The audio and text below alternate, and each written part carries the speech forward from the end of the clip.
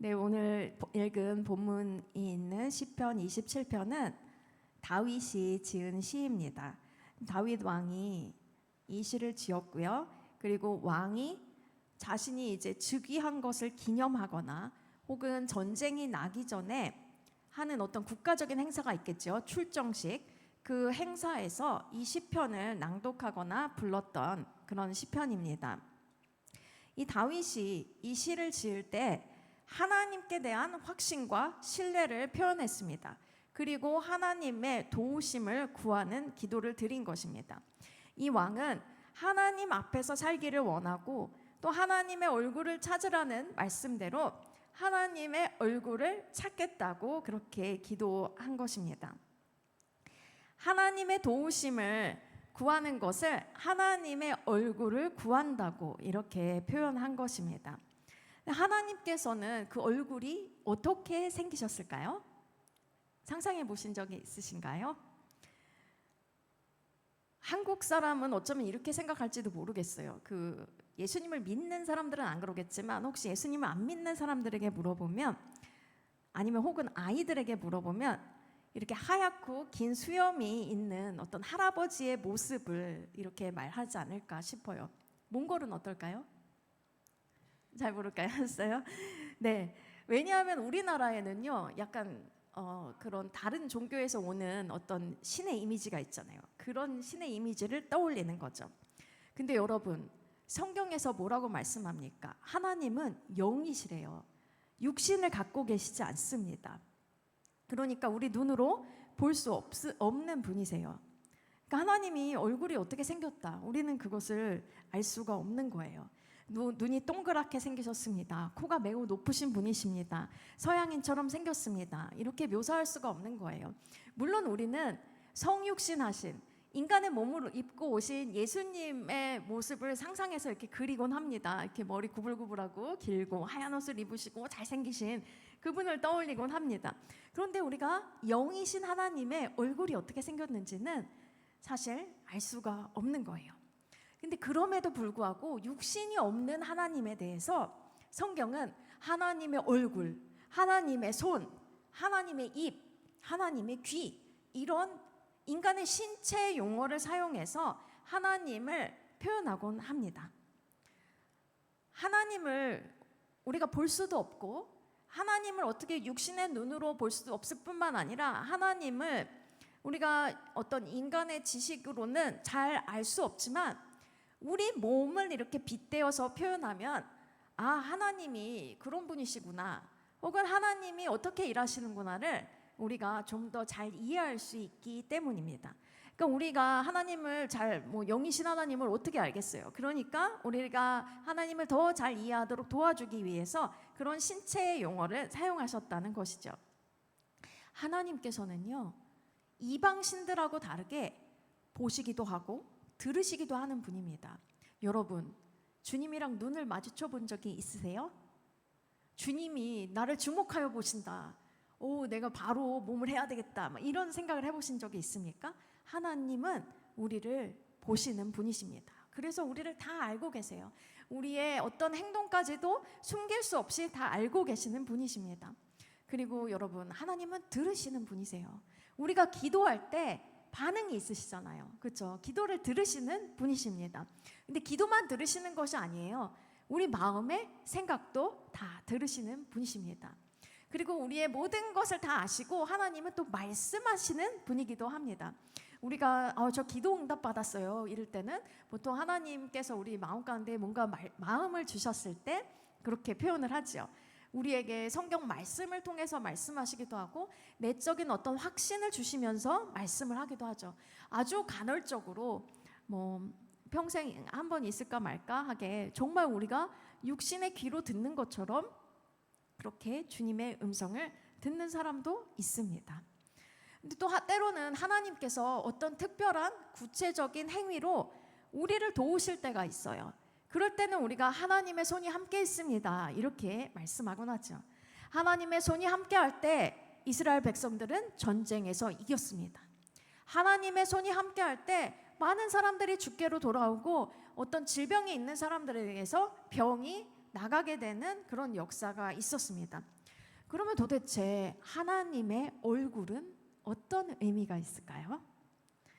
전에 제가 손 모델을 하는 어떤 사람의 기사를 읽은 적이 있습니다. 이 사람은 손이 예쁘기 때문에 손만 광고의 모델로 이렇게 사용이 된다는 거예요. 손만 나오는 거죠. 그 TV를 틀면 이 사람의 손이 나오는 것입니다.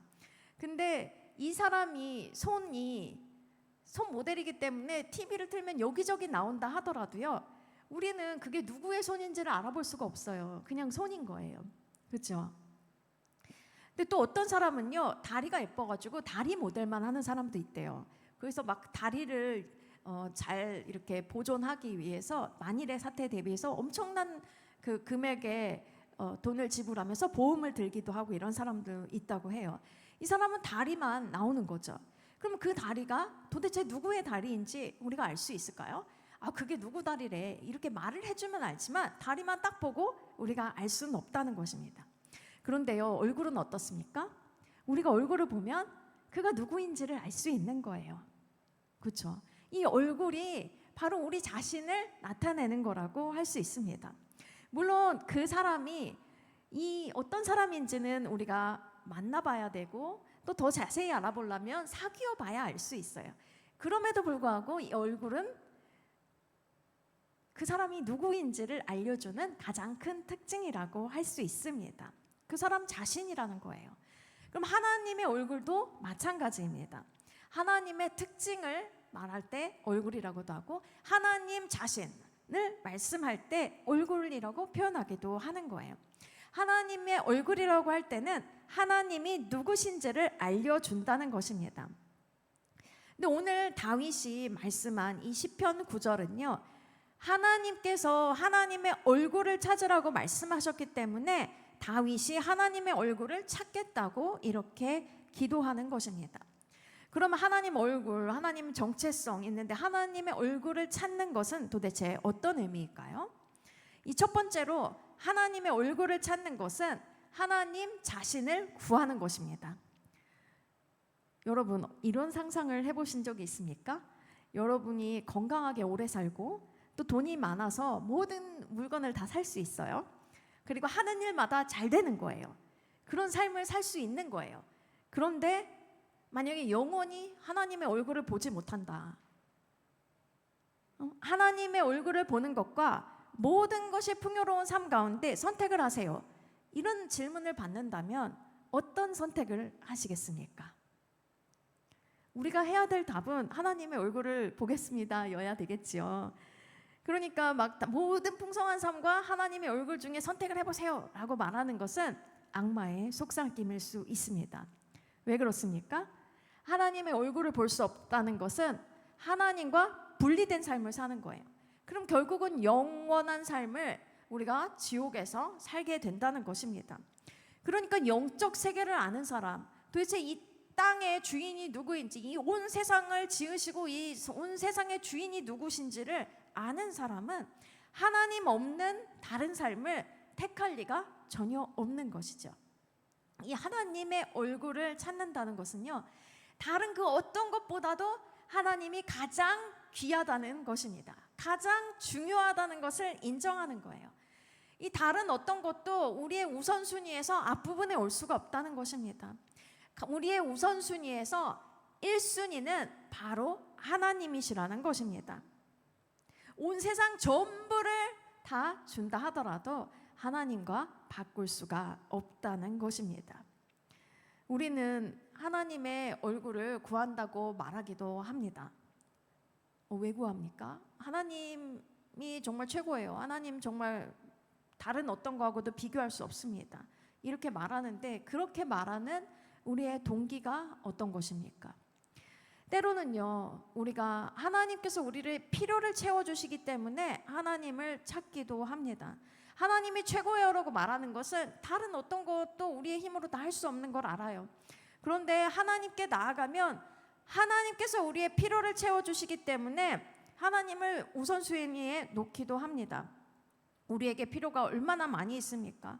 학교에서 좋은 성적도 받아야 되죠. 좋은 대학도 가야 됩니다. 졸업하면 좋은 직장도 가야 돼요. 건강해야 되죠. 또 사업도 잘 되기를 바랍니다. 돈도 많이 벌면은 좋은 일도 많이 할 수 있을 것 같아요. 그렇죠? 무슨 그리스도인들이 나만 잘 먹고 잘 살자고 돈을 많이 벌고 싶어 하겠습니까? 근데 돈을 많이 벌면은 남들도 도와줄 수 있을 것 같고 교회도 헌금도 많이 하고 이러면 좋을 것 같아서 돈을 많이 벌고 싶어 한다고 생각을 해요. 그리고 남들이 막 부러워하니까 하나님께 영광을 올려드리는 삶을 사는 것 같습니다. 우리에게 너무나 많은 필요가 있고 때로는 그 필요들이 당위성이 있기도 한 거예요. 마땅히 그렇게 되는 것이 좋아 보이기도 합니다. 그런데요, 우리가 우리의 필요 때문에만 하나님을 찾는다면 그거는 우리가 하나님을 수단으로 보는 거예요. 하나님 자신을 구하는 것이 아니라는 것입니다. 그것은 마치 자판기에다가 돈을 넣고 물건을 사는 것과 같다는 거예요. 하나님, 제가 예배를 이렇게 잘 드리는데 시험에 통과해야 되지 않겠습니까? 하나님, 제가 이렇게 정말 금식하며 기도하는데 좋은 직장에 붙여주셔야 되겠죠. 주님, 들어주세요. 우리가 이런 식으로 나갈 수가 있다는 거예요. 하나님, 제가 헌금 많이 하지 않습니까? 더 많이 할 수 있게 사업 성공하게 해주세요. 물론 이런 기도를 드릴 때 그 마음의 중심을 보십니다. 그래서 그런 간증들이 있어요. 제가 주님께 더 많이 드리겠습니다 했더니 어떤 전도사님은 지금 목사님 되셨는지 모르겠는데 초등학교만 나오셨는데 학원계에서 너무나 뛰어난 학원 원장님이 돼가지고 돈을 많이 벌어서 11조를 최고 많이 드리는 그런 분이 되었다. 이렇게 간증도 하고 그러세요. 그분이 정말 돈 때문에만 하나님을 구했던 건 아니에요. 하나님을 구했기 때문에 돈이 찾아오게 되는 그런 일들이 벌어지는 거죠. 우리가 하나님을 수단으로 여기는 것은 결코 하나님을 찾는다고 말을 하기가 어려운 것입니다. 그러니까 우리가 주님을 찾는 이유가 우리를 필요를 채우기 위한 것에만 머물러 있어서는 안 되겠습니다. 그 다윗의 세 친구가 고백했던 것처럼 그리 아니하실지라도 그들이 막 죽음의 위기 앞에서 하나님을 찾았죠. 그렇지만 그리 아니하실지라도 하나님만으로 충분합니다라고 고백을 할 수 있어야 되는 거예요. 내가 기도하고 내가 바라고 나의 필요가 때로는 다 충족되지 않는 그런 상황 가운데 있고 물론 채워주실 거지만 지금 당장 그렇지 않더라도 하나님만으로 만족하는 것입니다. 그것이 바로 하나님 자신을 구하는 것이고 하나님의 얼굴을 찾는 것이에요. 다윗이 얼마나 필요가 많았겠습니까? 다윗이 왕이 되기 전에도 고생을 많이 했어요. 양떼를 지킬 때는 양을 물어가려고 하는 사나운 짐승과 싸워야 했어요. 그 왕이 되기 전에도 이 다윗을 따르는 수많은 무리가 있었어요. 그들을 먹여 살리고 그들을 보호하기 위해서 싸워야 됐어요. 그리고 왕위에 오르기 위해서도 싸워야 됐어요. 자기 장인 어른이 사울 왕은 또 다윗을 죽으려고 막 계속 쫓아왔어요. 그런 모든 상황 가운데서 다윗은 심지어 미친 척해서 살아남기도 했습니다. 근데 그렇게 필요가 많았는데요. 다윗은 예배자였어요. 정말 하나님을 예배하는 사람이었습니다. 다윗이 목동이었을 때도 다윗이 왕이었을 때도 하나님을 기뻐했어요. 하나님을 사랑했고 하나님을 예배하는 것을 기뻐하고 좋아했습니다. 그리고 하나님 한 분만으로 만족했던 거예요. 하나님을 자기 필요를 채우기 위한 수단으로 보고 하나님께 나아갔던 것이 아닙니다. 그냥 하나님을 찾았던 거예요. 하나님을 찾았더니 다른 것이 따라오긴 했지만 하나님을 찾는 마음으로 예배했다는 거예요. 오늘 한 그 고백 다음에 나오는 거는요. 어떤 고백이냐면 하나님이 얼굴을 감추지 말아주십시오. 얼굴을 숨기지 말아주십시오. 이렇게 고백합니다. 하나님께서 얼굴을 숨기실까 봐 하나님 앞에서 두려워했던 거예요. 하나님만이 의지할 분이시고 하나님만이 만족함이 되신다는 것을 고백한 것입니다. 그래서 하나님께서는 모든 전쟁에 다윗과 함께 하셨죠. 그리고 다윗에게 승리를 주셨습니다. 하나님만으로만 만족하는 다윗에게 그리고 하나님만 찾은 하나님의 얼굴을 구한 다윗에게 하나님께서는 필요도 채워주시는 은혜를 베풀어 주신 것입니다. 저와 여러분은 하나님을 수단으로 여기면서 막 우리의 필요만 가지고 하나님 앞에 나아가는 사람이 아니라 진실로 하나님 자신으로 만족하고 그렇기 때문에 하나님을 구하는 하나님의 얼굴을 구하는 그런 사람이 되어야 하겠습니다. 그리고 두 번째로 하나님의 얼굴을 찾는 것은요, 하나님과의 친밀감을 구하는 것입니다. 다윗은요, 그 오늘 읽은 그 구절의 앞에 시편 27편 4절 말씀에서 이렇게 말씀합니다. 내가 여호와께 바라는 한 가지 일, 그것을 구하리니 곧 내가 내 평생에 여호와의 집에 살면서 여호와의 아름다움을 바라보며 그의 성전에서 사모하는 그것이라. 오직 하나님의 아름다움을 바라보면서 주의 성전에 거하는 한 가지를 구한다고 말씀한 거예요. 이 말씀은요, 자칫하면은 오해될 수 있습니다. 어떻게 오해되냐면요, 저는요 세상에 나가서 아무것도 하고 싶지 않아요. 그냥 하나님 앞에서 하나님만 섬기면서 교회 안에서만 살겠습니다. 이렇게 오해될 수도 있어요. 근데 다윗의 고백은요, 언제 어디서나 하나님 앞에 있는 삶을 살겠다는 것입니다. 하나님이 그와 함께 하시고 함께 하실 수 있도록 하겠다는 거예요. 모든 상황 속에서, 특별히 모든 위기 상황 속에서도 하나님만 바라보고 하나님의 영광을 구하는 삶을 살고자 고백한 거예요. 그러니까 하나님을 사랑하고 하나님과 함께하는 시간을 다윗이 매우 좋아했다고 말하는 것이죠. 하나님과 친밀했다는 거예요. 친했다는 거예요. 그래서 하나님께서는 다윗에 대해서 내 마음에 합한 자다 이렇게 말씀하시는 거예요. 뭔 말이냐면요, 하나님이랑 다윗이요 마음이 통했다는 거예요. 마음이 하나였다는 거예요. 여러분, 남녀 간의 애정이 싹틀 때는요, 뭔가 공감하는 게 있을 때 되는 거예요. 그러니까 물론 뭐 외모를 보고 마음에 든다고 말을 할 수는 있지만 그래도 그것만으로 충분하지 않아요. 이게 애정이 자라날 때는요, 공통되는 뭔가가 있어야 되는 거예요. 관심사가 너무 다르고 좋아하는 것이 다르면은요, 좋아하는 감정이 처음에 있더라도요, 시간을 함께 보낼 수가 없습니다. 그렇죠? 다 아시겠죠? 그러니까 함께 할 수 있는, 함께 좋아하는 뭔가가 필요하다는 것입니다. 근데 하나님과 친밀하다고 하는 것은요, 하나님과 공통의 관심사가 있고 하나님과 함께하는 시간이 즐거운 겁니다. 하나님과 함께하는 것이 좋은 거예요. 하나님께서 기뻐하시고 하나님께서 좋아하는 것이 바로 내가 기뻐하고 내가 좋아하는 것이 된다는 것입니다. 우리가 하나님을 우리의 필요를 채워주시는 분으로 보는지, 아니면 우리가 하나님을 정말 친밀하게 여기는지를 알 수 있는 지표가 있어요. 뭐냐면 우리의 기도 생활입니다. 여러분, 우리에게 절박한 문제가 있을 때면요, 기도하지 말래도 기도합니다. 막 시간을 마구 내서요, 길을 가다가도 기도를 하지요. 정말 열심히 기도합니다. 근데 문제가 해결이 다 됐어요. 문제가 없고 막 모든 것이 평안하고 잘 돌아가고 있습니다. 그러면 어떠합니까? 그러면은 그런 상황 가운데서도 기도를 한다, 주님께 나아간다, 그러면 하나님과 친밀하다고 볼 수 있는 거예요. 왜냐하면 하나님과 함께하는 시간이 좋기 때문에 하나님 앞으로 나아가는 거니까요. 문제가 없어도 하나님 앞에 나아가는 사람이 하나님과 친한 사람입니다. 하나님이 좋고 하나님과 함께하는 시간이 좋기 때문에 나가는 거죠. 이 연인 관계나 부부 관계에서 친밀하다라고 말할 때는 보통 어떻게 말합니까? 생각이 통하고 미주알 고주알 대화가 많은 것을 말할 수 있어요. 남들에게 털어놓지 못하는 속 깊은 이야기를 할 수 있다는 것이에요. 이 하나님과의 관계에 있어서도 친밀하다고 하는 것은요, 숨기는 것이 없는 가까운 관계라는 거예요. 비밀이 없는 거예요.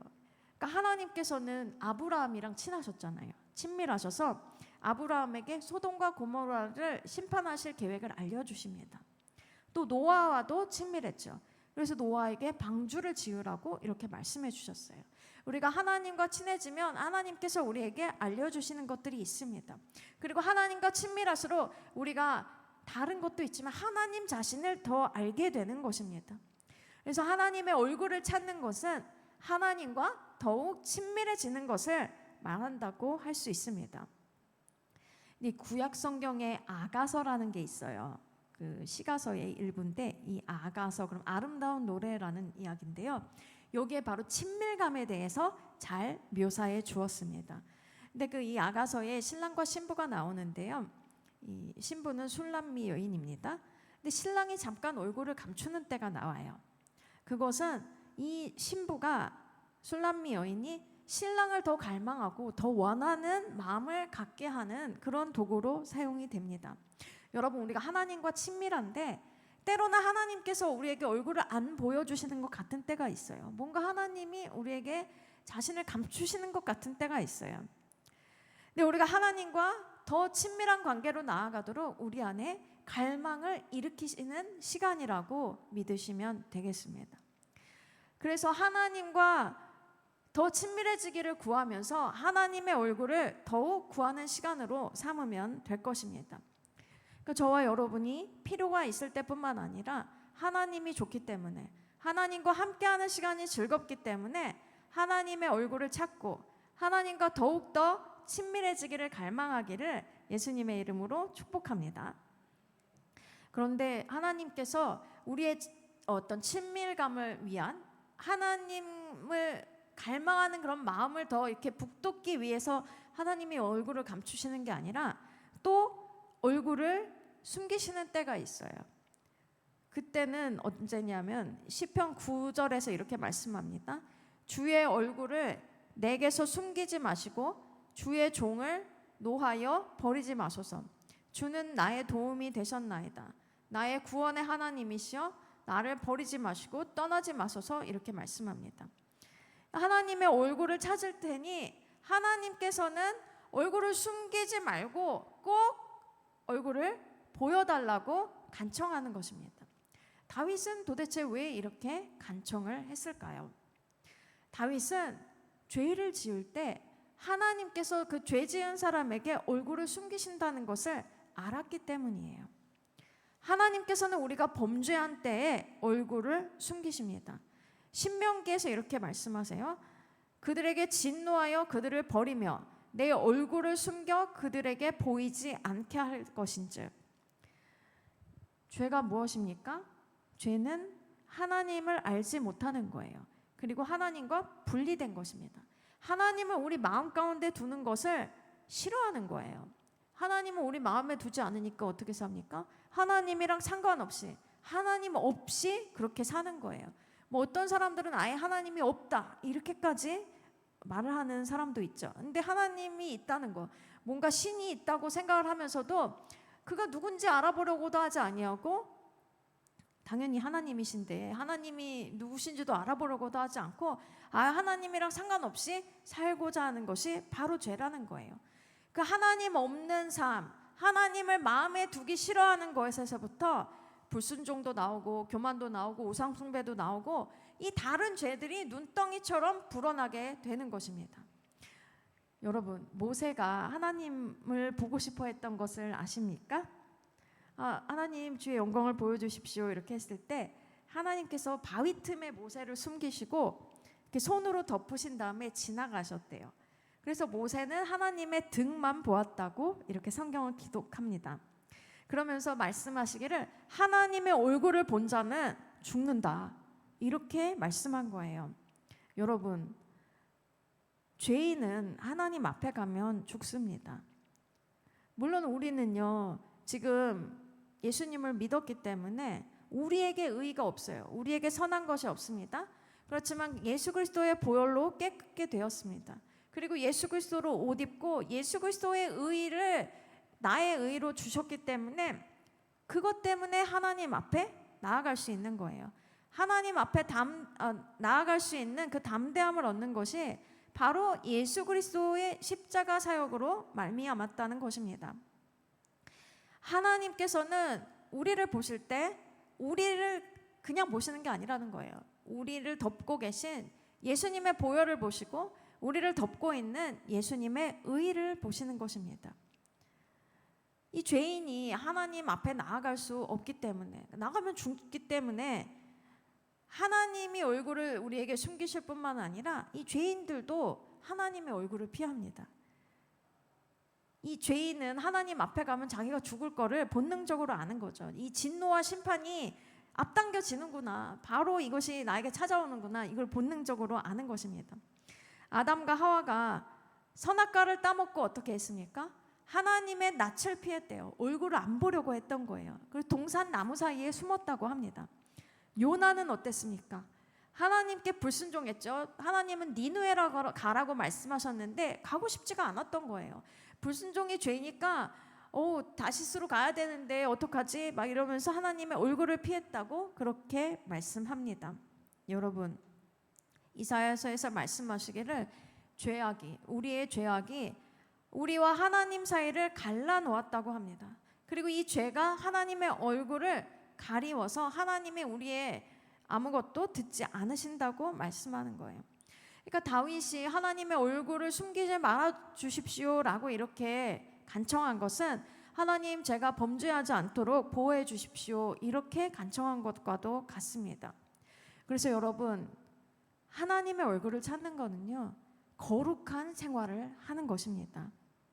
믿으십니까? 그러니까 아까 첫 번째 하나님을 구하는 것, 두 번째 하나님과 친밀해지는 것을 말씀드렸는데, 이 세 번째는 하나님의 얼굴을 찾는 것은 거룩한 생활을 한다는 것입니다. 이 거룩은 하나님의 특징 중에, 성품 중에 가장 특징이 되는 성품 중에 한 가지예요. 거룩하다, 이 말의 뜻이 무엇입니까? 구별하다, 분리하다, 이런 뜻이 있어요. 죄, 부정, 이런 것들로부터 철저하게 분리되는 것입니다. 하나님께서 거룩하시기 때문에 하나님 나라는 거룩한 나라예요. 하나님께서 거룩하시기 때문에 천국은 거룩합니다. 그래서 하나님을 섬기는 천사들도요, 이 하나님의 거룩하심 때문에, 하나님의 거룩하신 성품에 참여하기 때문에 거룩한 거예요. 그러니까 하나님께서는 내가 거룩하니 너희도 거룩하라, 이렇게 말씀해 주셨어요. 그러니까 우리가 예수님을 믿는다는 것은 우리도 거룩해져야 된다는 것을 의미합니다. 죄, 부정, 이런 걸로부터 철저하게 분리되라고 말씀하시는 거예요. 우리가 예수님을 믿을 때 우리의 삶에서 모든 죄된 것들을 용서받았고 또 그 죄악된 길에서 돌이켰습니다. 근데 그러다가도 다 됐으니까, 나 예수님 믿었으니까 천국 가네, 그러면서 막 죄를 짓고 사는 삶, 그런 삶을 사는 게 아니라, 그렇게 우리가 돌이켰기 때문에 이제는 나의 욕망대로, 나의 뜻대로 살면서 죄를 지으며 사는 것이 아니라 성령 하나님의 통치를 받으면서 이 죄와 부정으로부터 분리된 삶을 살라고 하는 것입니다. 이 구약 성경에만 내가 거룩하니 너희도 거룩하나 이렇게 말씀하신 것이 아니에요. 신약 성경에서도 말씀하셨고 또 예수님께서도 말씀하셨습니다. 마음이 청결한 자가 복이 있는 이유는 바로 하나님을 보기 때문이래요. 그러니까 마음이 청결해야지 하나님을 볼 수 있다는 것입니다. 이 거룩한 삶은 마음의 청결에서부터 시작합니다. 근데 이 마음의 청결이 우리의 노력으로 되는 것은 아닙니다. 바로 하나님의 은혜로 되는 것입니다. 우리가 죄인 되었을 때 하나님께서 그 아들을 우리에게 보내주셨습니다. 그래서 아버지 하나님의 사랑을 우리 가운데 확증해 주셨어요. 그리스도의 죽으심으로 그리고 다시 사심으로 우리의 죄가 용서되었습니다. 그래서 하나님께서는 그분의 은혜로 예수 그리스도 안에 있는 우리에게 새 생명을 주셨을 뿐만 아니라 우리를 깨끗하게 해주셨어요. 그래서 우리는 예수 그리스도 안에서 죄를 이기고 살 수 있는 거예요. 승리하는 삶을 살 수 있는 것입니다. 그래서 우리는 하나님께서 우리에게 이미 거룩한 삶을 살 수 있는 길을 마련해 주신 것을 믿고 그 하나님을 의지하면서 예수 그리스도의 십자가의 죽음과 부활을 의지하면서 그렇게 살아가야 하는 것입니다.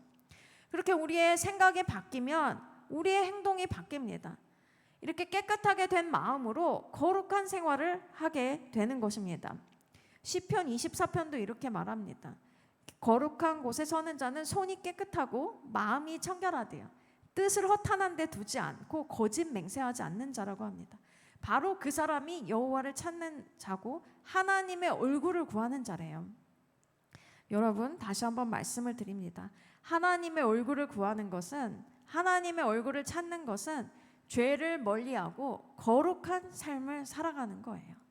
거룩한 생활을 하면서 우리가 구별되어서 하나님께 우리 자신을 드리는 것입니다. 하나님께서는 우리가 이 땅 가운데서 거룩한 생활을 하는 것을 중요시 여깁니다. 아까도 그 친밀함에서 다 필요 없고 교회 안에만 있고 싶은 그런 마음에 대해서 잠깐 말씀을 드렸는데요. 또 이 거룩한 삶, 이런 것도 우리가 오해를 해요. 이 세상의 삶을 완전히 버리고 죄 짓지 않기 위해서 교회 안에서 예배하고 기도만 하는 삶을 살아야 되는군요.